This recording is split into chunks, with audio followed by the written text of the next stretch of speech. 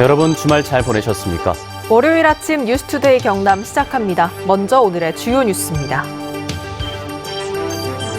경남에 어제 코로나19 확진 환자 62명이 추가됐습니다. 창원 제조업체에서 외국인들이 무더기로 감염돼 델타 변이 바이러스 감염 여부를 조사하고 있습니다. 코로나19 비대면 시대에 경찰이 처음으로 가상현실을 만들어 치안 활동을 시작했습니다. 보건의료노조가 인력 확충 등을 요구하며 총파업에 들어가기로 했습니다. 보건의료노조 박윤석 조직국장을 만나봤습니다. 장애인이 장애인 콜택시를 타고 가다 휠체어가 망가져도 보상을 받지 못합니다. 장애인의 발이 사고 나면 짐작 취급을 받고 있습니다. 경남에 어제 코로나19 확진 환자 62명이 추가됐습니다. 창원에서는 제조업체 2곳에서 외국인들을 포함해 17명이 무더기로 감염됐는데요. 경상남도는 델타 변이 바이러스 감염 여부를 조사하고 있습니다. 서윤식 기자입니다. 경남에선 코로나19 확진 환자 62명이 추가됐습니다. 지역별로는 창원 36명, 김해 10명, 거제 6명, 창녕 3명, 진주와 통영, 양산, 함안, 함양, 거창, 합천에서 각각 1명이 확진됐습니다. 해외 입국 2명을 제외한 나머지 60명은 지역 감염입니다. 창원 지역 제조업체 2곳에서만 17명이 무더기로 감염됐는데 외국인이 대다수입니다. 이들 외국인 사이의 감염 연결고리는 확인되지 않았습니다. 창원 소재 공장 관련 델타 바이러스 현재 검사 진행 중으로 변이 여부의 결과는 확인 후 다시 말씀드리겠습니다. 창원시는 해당 업체 종사자에 대해 전수조사했고 이 업체는 자진 휴업에 들어갔습니다. 경상남도는 직업소개소 소속 외국인과 소개소 방문으로 인한 코로나19 감염 차단을 위해 도내 직업소개소 1,100여 곳에 대해 실태 점검에 나섭니다. 창원시와 김해시는 오늘부터 각각 2주와 1주 동안 사회적 거리 두기를 3단계로 낮췄습니다. 창원시는 다만 방역 관리를 위해 예방접종 인센티브 지원은 중단합니다. 김해시도 유흥시설과 노래 연습장 종사자에 대한 특별 대책은 그대로 유지하기로 했습니다. MBC 뉴스 서윤식입니다. 경남경찰청이 지난 일주일간 코로나19 방역 수칙을 위반한 96명을 적발했습니다. 주요 단속 사례를 보면 심야 시간에 양산의 한 노래방에서 도박을 하던 손님 3명이 적발됐고 밀양과 거제에서도 밤 10시 이후 영업 제한과 사적 모임 금지를 어긴 종업원과 손님 등 10명이 단속돼 과태료 처분을 받을 예정입니다. 코로나19로 비대면 활동이 늘면서 3차원 가상현실을 뜻하는 메타버스가 다양한 영역에서 활용되고 있습니다. 경찰도 처음으로 가상현실을 만들어서 치안 활동을 시작했는데요. 코로나19로 인해서 대면 소통이나 홍보가 어려워진 외국인들이 그 대상입니다. 이 소식은 문철진 기자가 보도합니다. 제복을 입은 경찰관 아바타들이 모여 회의를 진행하고 있습니다.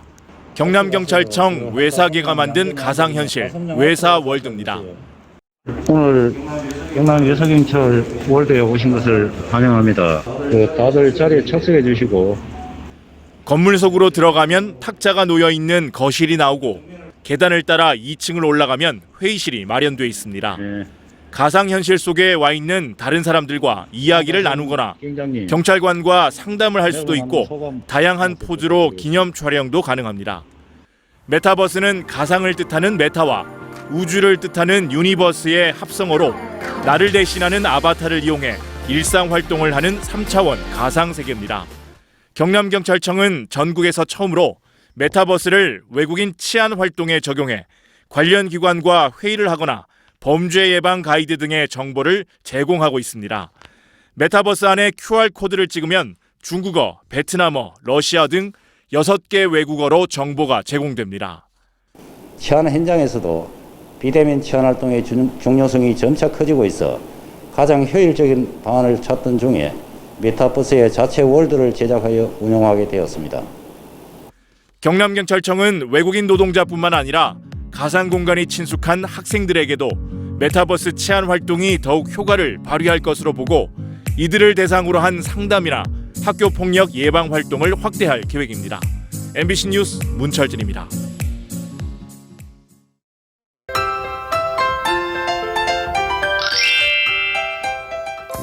저녁에는 선선하지만 낮 더위는 계속 이어지고 있습니다. 현재 양산과 김해, 사천에는 폭염주의보가 발효 중인데요. 오늘 체감 온도가 30도 이상 오르는 곳이 있어 낮 동안 무더운 날씨가 예상됩니다.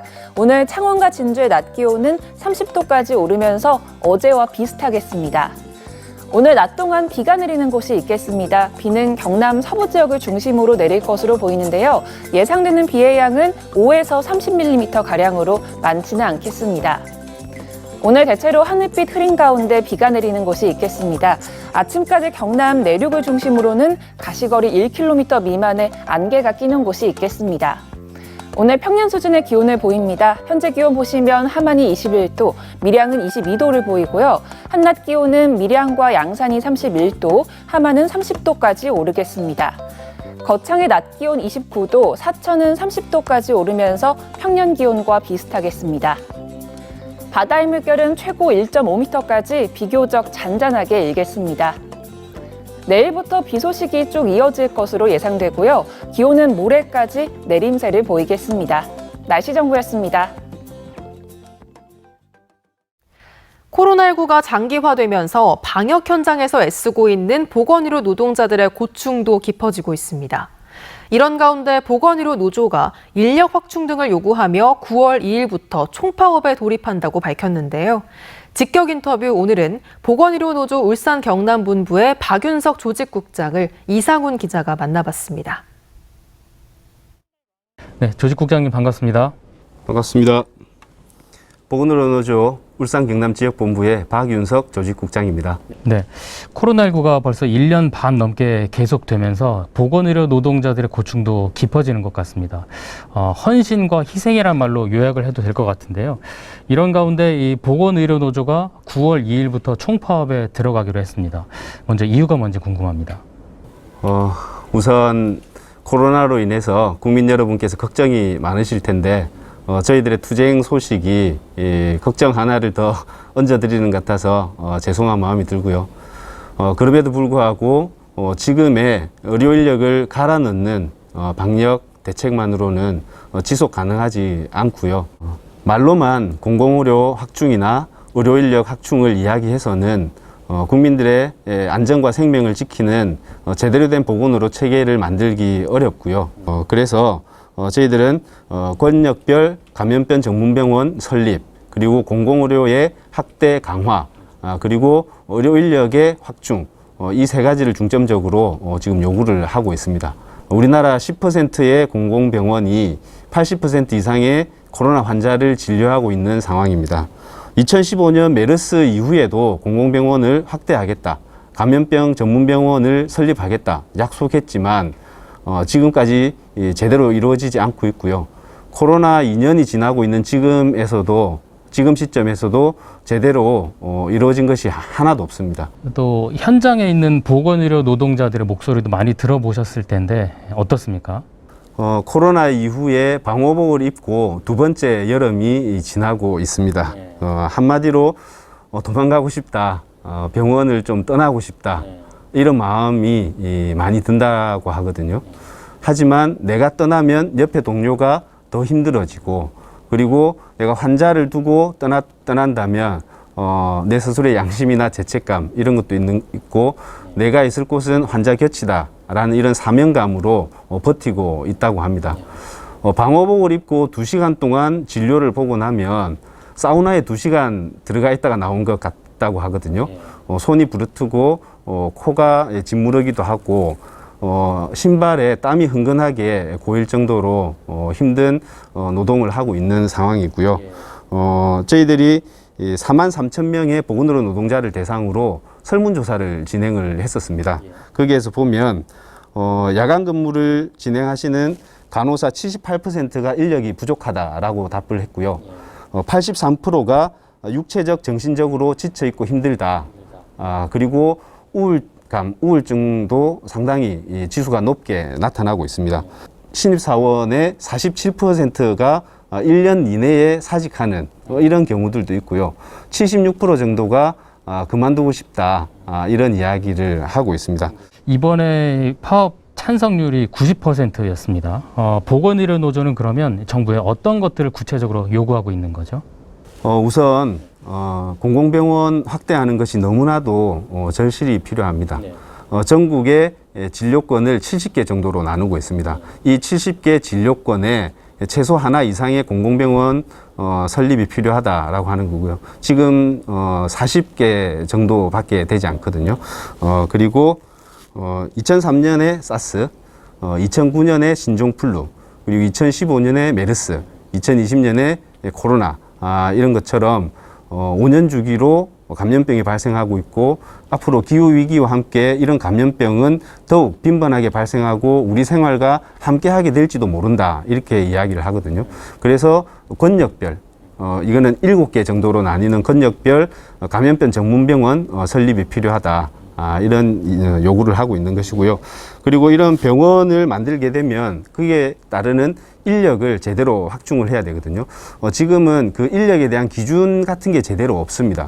지금도 현장에서 고군분투하고 있는 의료진을 위해서 생명안전수당이라든지 이런 것들을 좀 제대로 제도화해 달라. 이런 요구를 하고 있습니다. 하지만 요즘 하루에 2,000명 안팎의 확진자들이 나오고 있고요. 또 위중증 환자도 계속 늘고 있습니다. 이런 상황에 이제 파업에 들어갈 경우에 심각한 상황도 우려가 되는데 또 이 부분을 걱정하는 목소리도 사실 많습니다. 여기에 대해서 어떻게 생각하십니까? 예, 국민 여러분들의 우려 저희들도 잘 알고 있고 저희들 또한 파업이나 투쟁을 위해서 교섭을 진행하고 저희들의 요구를 전달하고 있는 것은 아닙니다. 저희들도 저희들의 요구가 제대로 받아들여지고 파업으로 가기 전에 원만하게 타결되고 해결되기를 이렇게 바라고 있습니다. 하지만 가장 중요한 것은 정부의 입장과 태도 그리고 실질적인 대책을 내놓는 것이라고 생각을 하고 있습니다. 지금 국회에서도 국회가 예산을 관장하고 있잖아요. 이 국회에서 국회 보건복지위원회에서 보건의료노조의 요구가 정당하고 그 요구에 정부가 제대로 이렇게 대응하고 화답해야 된다 이런 결의문을 채택을 했고요. 병원은 또 필수 공익 사업장으로 되어 있습니다. 그래서 중환자실이나 응급실 그리고 수술실, 분만실 그리고 신생아실 이런 생명과 직결된 분야에 대해서는 필수 인력을 확보하도록 되어 있고 저희들도 그렇게 준비를 하고 있고요. 그리고 코로나 환자에 대해서도 진료에 차질이 없도록 병원과 관계부처 등과 협의를 해서 대책을 세우고 국민 여러분께서 우려하시는 그런 심각한 환자 안전의 문제나 진료에 차질이 발생하지 않도록 하면서 저희들의 투쟁을 진행을 할 예정입니다. 네, 부디 이번 일이 접점을 잘 찾아서 순조롭게 해결됐으면 좋겠습니다. 오늘 말씀 감사합니다. 다음 소식입니다. 장애인이 장애인 콜택시를 타고 가다 휠체어가 망가져도 보상을 못 받는다고 합니다. 휠체어가 차량에 싣는 물건, 즉 적재물이라서 보험 적용 대상이 아니라는 건데요.